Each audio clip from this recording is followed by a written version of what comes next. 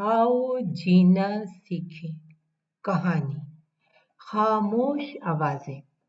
राबिया हैरान थी कि इसके पापा को कैसे पता चल जाता है कि ये कोयल की आवाज है, ये बुलबुल की है।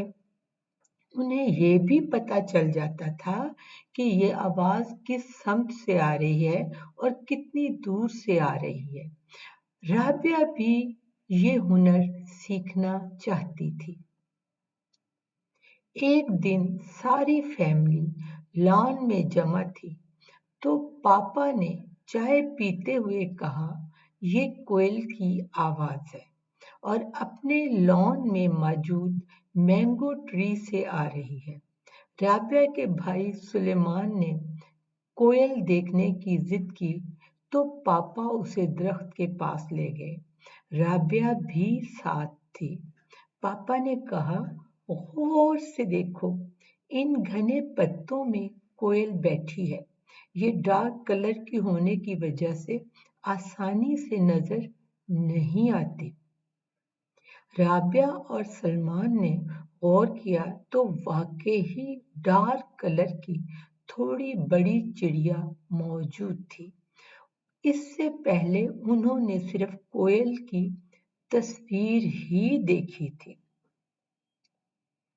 उसने और सलमान ने वहां बैठी बुलबुल भी देखी। सलमान ने हैरानगी से पूछा, पापा, आपको कैसे पता चल जाता है कि फलां परिंदा फलां दरख्त की शाखों में छुपा हुआ है? पापा ने कहा, जब मैं छोटा था तो हमारे घर के करीब एक जंगल था।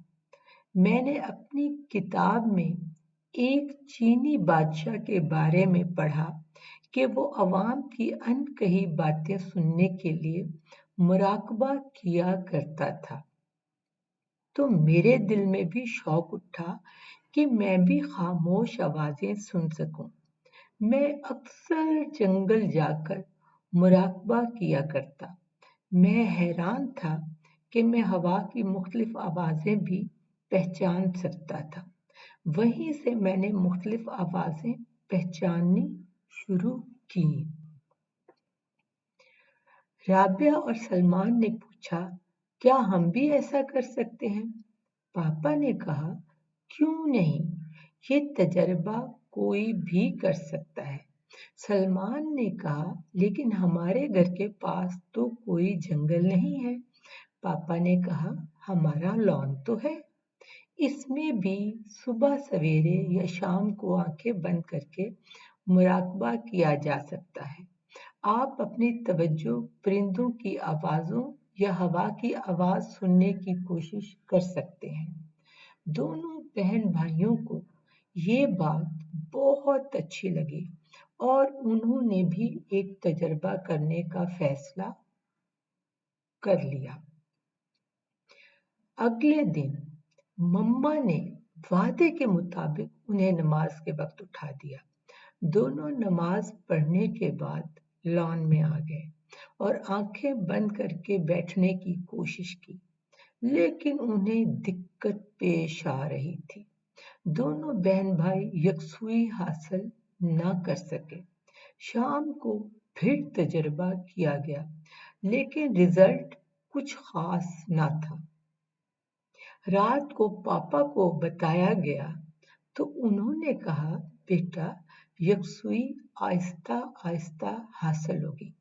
आपको कोशिश जारी रखना होगी और इर्द गिर्द की गाड़ियों और आवाजों से तवज्जो हटाकर परिंदों और हवा की आवाज सुनने की कोशिश करना होगी। राबिया और सलमान मुसलसल कोशिश करते रहे। वो सुबह नमाज के बाद और शाम को ये प्रैक्टिस करते। तकरीबन 2 हफ्तों के बाद उन्हें मजा आने लगा।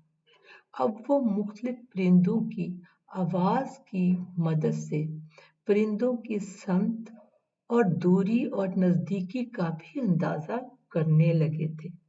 अब वो बता सकते थे कि परिंदा किस दरख्त और किस शाख पर बैठा होगा। उन्हें पता चल गया था कि बुलबुल ज्यादातर फूलों पर ही बैठती है और कोयल दरख्त में छुप कर बैठती है। उस दिन राबिया की खुशी की इंतहा न रही जिस दिन उसने आम हवा की आवाज सुनी। इसके साथ साथ दोनों बहन भाई का स्कूल का रिजल्ट भी बेहतर हो गया क्योंकि उन्होंने तवज्जो काम की तरफ मबजूल करने का हुनर सीख लिया था।